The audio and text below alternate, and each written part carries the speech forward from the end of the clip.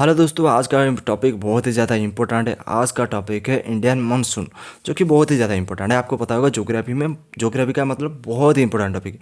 The life line of India's climate and agriculture, क्योंकि ये agriculture के लिए तो पानी बहुत ही ज़्यादा इंपॉर्टेंट है, तो मानसून भी बहुत ज़्यादा इंपॉर्टेंट है।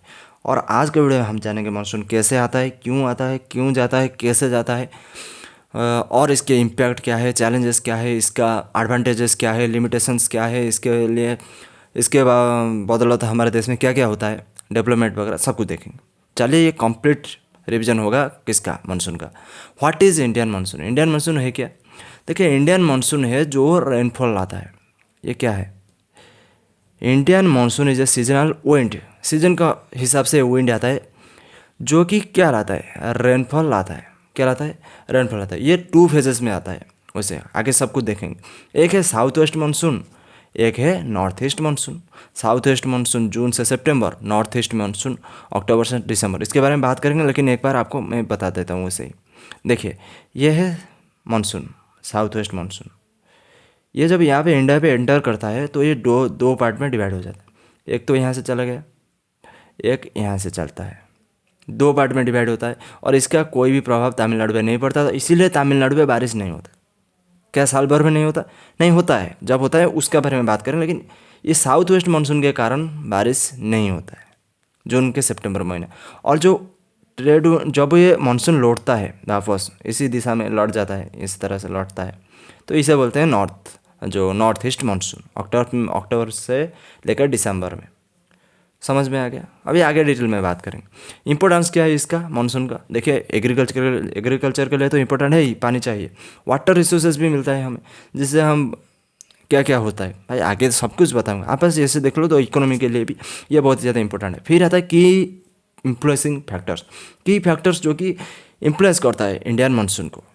क्या क्या इन्फ्लुएंस करता है? Differential heat of land and water. देखिए, जो हीट है, ये इंडिया, ये है ओशन। आपको ये पता होना चाहिए, जब सन का ये पड़ता है ना, जो हीट, सन जब साइन करता है तो हीट कौन होता है? पहले पहले लैंड हीट हो जाता है, क्योंकि ज़्यादा अंदर तक हीट नहीं जा पाता। लेकिन पानी के बहुत ही अंदर तक जाता है, तो वो थोड़ा सा टाइम लेता है। तो अभी आप देख सकते हो कि हीट हो चुका है लैंड, लेकिन पानी अभी तक हीट नहीं हुआ, टाइम लेगा। तो पानी में हो गया, जो लैंड पे हो गया हीट, हो गया लो प्रेशर, पानी में हो गया हाई प्रेशर। और आपको ये पता होना चाहिए, हाई प्रेशर से लेकर लो प्रेशर तक विंड चलता है। तो हो गया मानसून का कारण, ये एक बहुत ही इंपॉर्टेंट फैक्टर। फिर नेक्स्ट फैक्टर है पोजीशन ऑफ ITCZ। ITCZ क्या है? देखिए, ये अगर इक्वेटर है हमारे इंडिया यहाँ पे, ये है कैंसर ट्रॉपिक ऑफ, ये ट्रॉपिक ऑफ कैप्रिकॉर्न। गर्मियों में क्या होता है ना, ये ITCZ। देखिए, ITCZ क्या है? जहाँ पे दोनों ट्रेड विंड्स मीट करते हैं, तो ये ITCZ ट्रांसफ़र हो जाता है गर्मियों में ऊपर।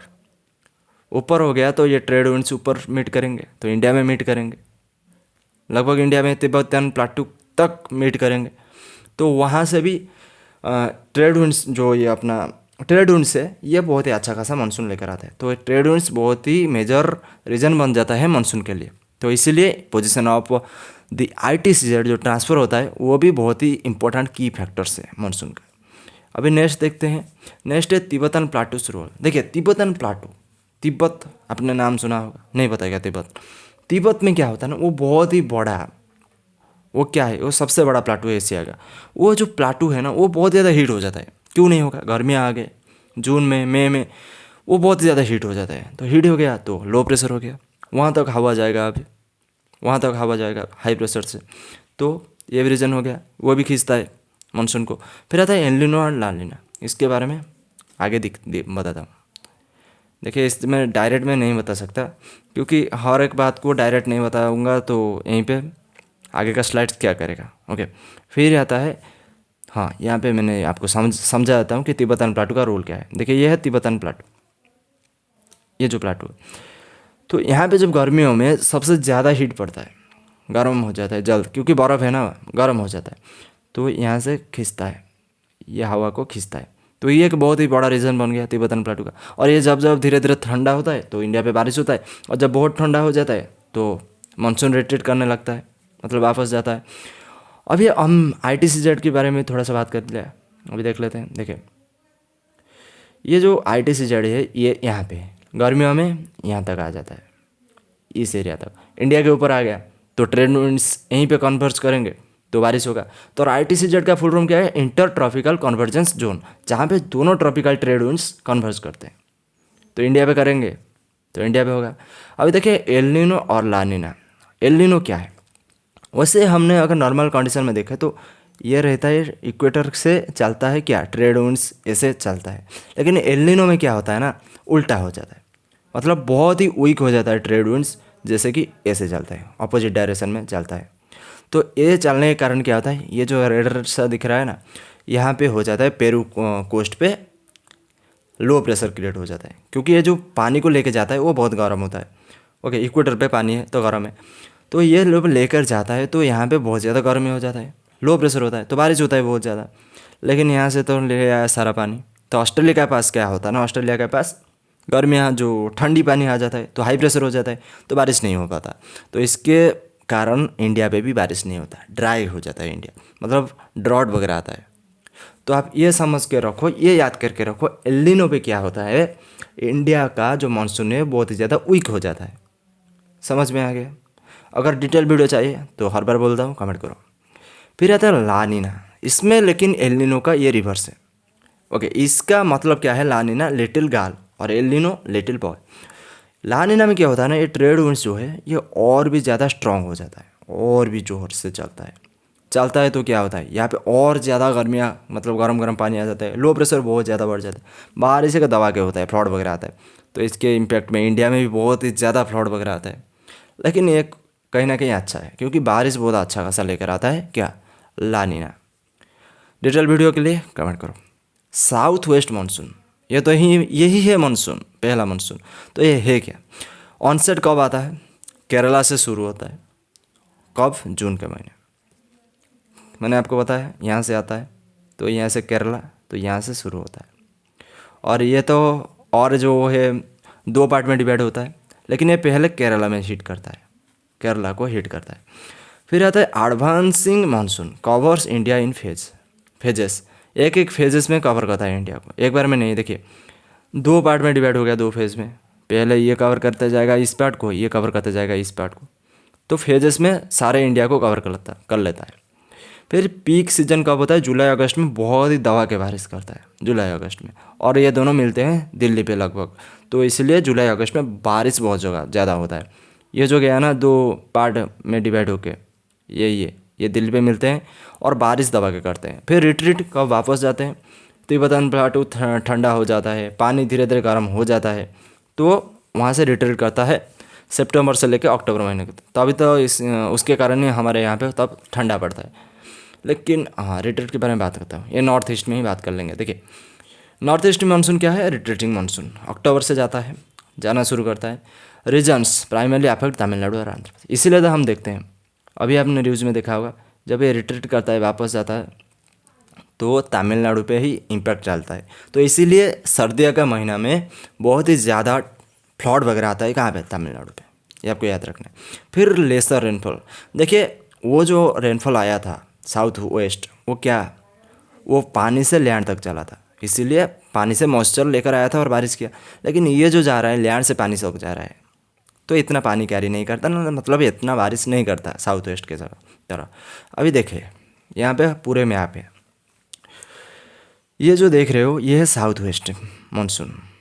यहाँ पे क्या हो रहा है, ये आ रहा है, ये यहाँ से एंटर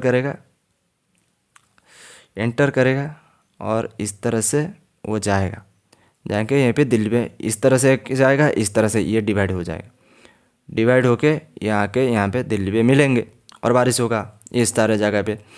लेकिन ये क्यों डिवाइड होता है, देखिए नीलगिरी है जो, सॉरी मतलब नीलगिरी तो है, मतलब जो वेस्टर्न घाट है वहाँ से टकरा के ये इस तरह से जाता है, एक इस पार्ट में डिवाइड हो जाए, 2 पार्ट में डिवाइड होते हैं और बारिश करते हैं।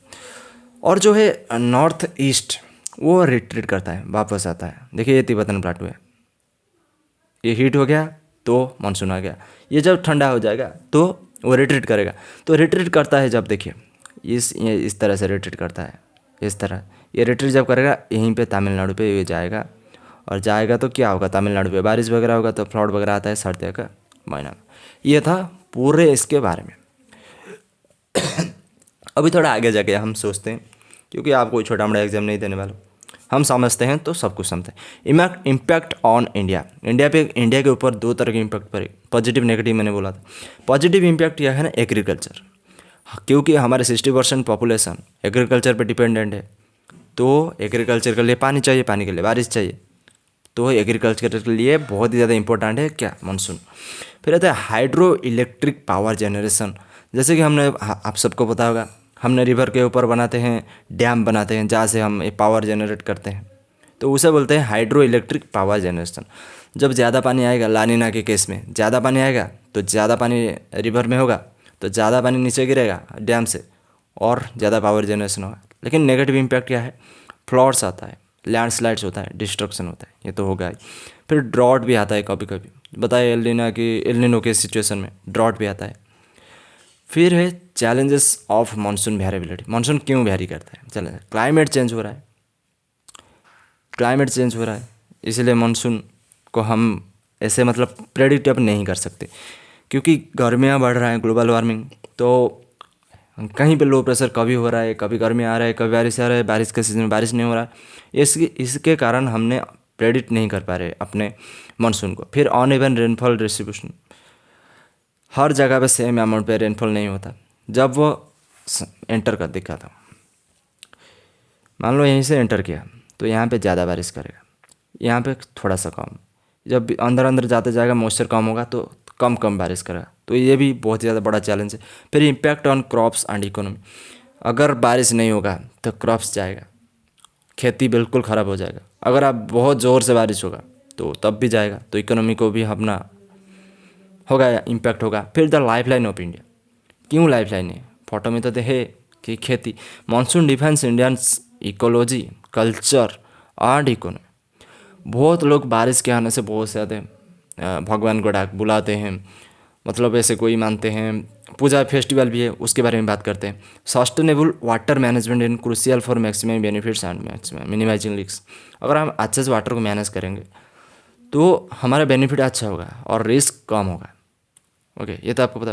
फिर historical perspectives, ancient Indian test recognise monsoon importance, बहुत लिखा गया है, जैसे कि मेघदूता था।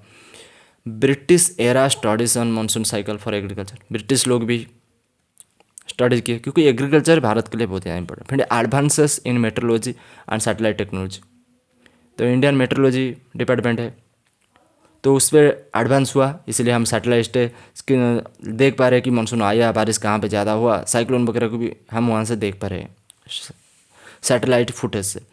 फिर मानसून इन इंडियन कल्चर, देखिए पहले तो है depicted in literature, Kalidas Meghdoot में है, मेघ का मतलब बारिश है। फिर फेस्टिवल्स, ओणम होता है बारिश के आने से, तेज होता है, मानसून रागस होता है क्लासिकल म्यूजिक में। Impact on Indian art and cinema, cinema भी छम छम मतलब सिनेमा भी में भी होता है ना, गाना बहुत आता है, बहुत अच्छा लगता है, बारिश का व्यू भी बहुत अच्छा लगता है, फोटोग्राफी भी होता है। फिर आता है इकोनॉमिक इम्पैक्ट क्या पड़ता है मानसून का, GDP link to monsoon success, monsoon अगर सक्सेस होगा तो अच्छा खेती होगा, अच्छा खेती होगा तो बहुत सारे इंडस्ट्रीज़ डेवलप करेंगे, तो जीडीपी अच्छा होगा। फिर reliance on monsoon for 70% of water needs, 70% water कहाँ से आता है, मानसून से, क्योंकि रिवर में पानी भी मानसून से ही आता है, बारिश से। Monsoon failures causing इन्फ्लक्शन and unemployment, जो खेती करते हैं वो तो अनएम्प्लॉयड हो गए ही, उसके साथ बहुत सारे इंडस्ट्री भी बंद हो जाएगा, पानी नहीं होगा तो। फिर आता है modern monsoon prediction, role of Indian meteorological department. देखिए इंडियन मेट्रोलॉजिकल डिपार्टमेंट है क्या, ये डिपार्टमेंट जो है ना, ये मानसून के लिए ही बनाया गया है। कब बना था, 1875 में, कब बना था, 1875 में। इसका क्वार्टर स्टेट वाइज, इसका क्वार्टर्स है, मतलब जो क्या बोलते हैं, सेंटर, मेट्रोलॉजी के सेंटर है, 26 स्टेट वाइज मेट्रोलॉजी सेंटर्स है इसका, मेट्रोलॉजिकल सेंटर्स। और इसका हेडक्वार्टर कहाँ पे है, न्यू दिल्ली पे। न्यू दिल्ली कहाँ पे, मौसन भवन पे, मतलब मौसम भवन पे न्यू दिल्ली में इसका हेडक्वार्टर है। ओके, फिर use of satellite and radar system, satellite ले लेते हैं हम, देख लेते हैं वहाँ से मैं आपको। फिर आर्टिफिशियल इंटेलिजेंस भी मानसून में उतर चुका है, उसका भी अभी यूज़ हो रहा है, तो आपको रिसर्च करना है थोड़ा बहुत अगर आप इंटरेस्टेड हो। फिर ग्लोबल सिग्निफिकेंस का impact on Indian ocean weather patterns, बारिश ज़्यादा होता है तो ज़्यादा पानी जाता है, समुद्र थोड़ा बहुत अशांत होता है तो वो इम्पेक्ट करता है। फिर आता है influence on global trade, trade को भी इन्फ्लुएंस करता है, एग्रीकल्चर तो इन्फ्लुएंस करता ही है। Interactions with other monsoon systems, African monsoon के जैसे अदर मानसून भी इसके साथ इंटरेक्ट करते हैं, तो एक्सचेंज होता है बारिश वगैरह, मतलब इंटरेक्ट करता है ना, वो आएगा तो ये आएगा, तो इसे देख के वो भी डिसाइड करते हैं। फिर केस स्टडीज देखिए, 2019 में एक्सेस रेनफॉल हुआ था जिसके कारण फ्लड आया था केरला में, अभी तमिलनाडु में आया है। 2020 में delayed monsoon impacted crop production in Maharashtra, नहीं हुआ था क्योंकि मानसून लेट हुआ था। Lessons learned and mitigation strategies, वो आपको देखना है। फिर क्लाइमेट चेंज एंड मानसून, देखिए राइजिंग टेम्परेचर बढ़ रहा है तो बहुत जल्द ये जो गर्मियाँ बढ़ रहा है बहुत जल्द ज़्यादा ज़ोर से, तो मानसून को पैटर्न को इम्पैक्ट करता है। फिर predictions for the 21st century, need for sustainable practices, कोई से अभी देखिए which region receive the most rainfall, बच्चों का क्वेश्चन है तो आंसर देना पड़ेगा, बच्चों से पूछोगे वो बोल देंगे। फिर discussion, how can India reduce dependence on monsoon for agriculture, आपको इसके बारे में रिसर्च करना है और देखना है। फिर रेफरेंसेस क्या है, साइंटिफिक जर्नल्स आप देखो, IMD report, Indian meteorological department के रिपोर्ट्स देखो, और गवर्नमेंट स्टडीज़ को भी आप देख सकते हो अगर आप इंटरेस्टेड हो। तो बुक लाइक देखिए द ग्रेट इंडियन मानसून, इसके जैसे बुक्स को भी पढ़ना है अगर मानसून के बारे में जानना है, वेबसाइट्स में भी आपको सब कुछ मिल जाएगा, मीडिया आर्टिकल में मिल जाएगा। तो इसके साथ हमारा ख़त्म हो गया और आपको थैंक्स बहुत ज़्यादा आपने मेरा सपोर्ट करने के लिए, इतने देर तक वीडियो देखने के लिए। तो मिलते हैं नेक्स्ट वीडियो में, नमस्कार।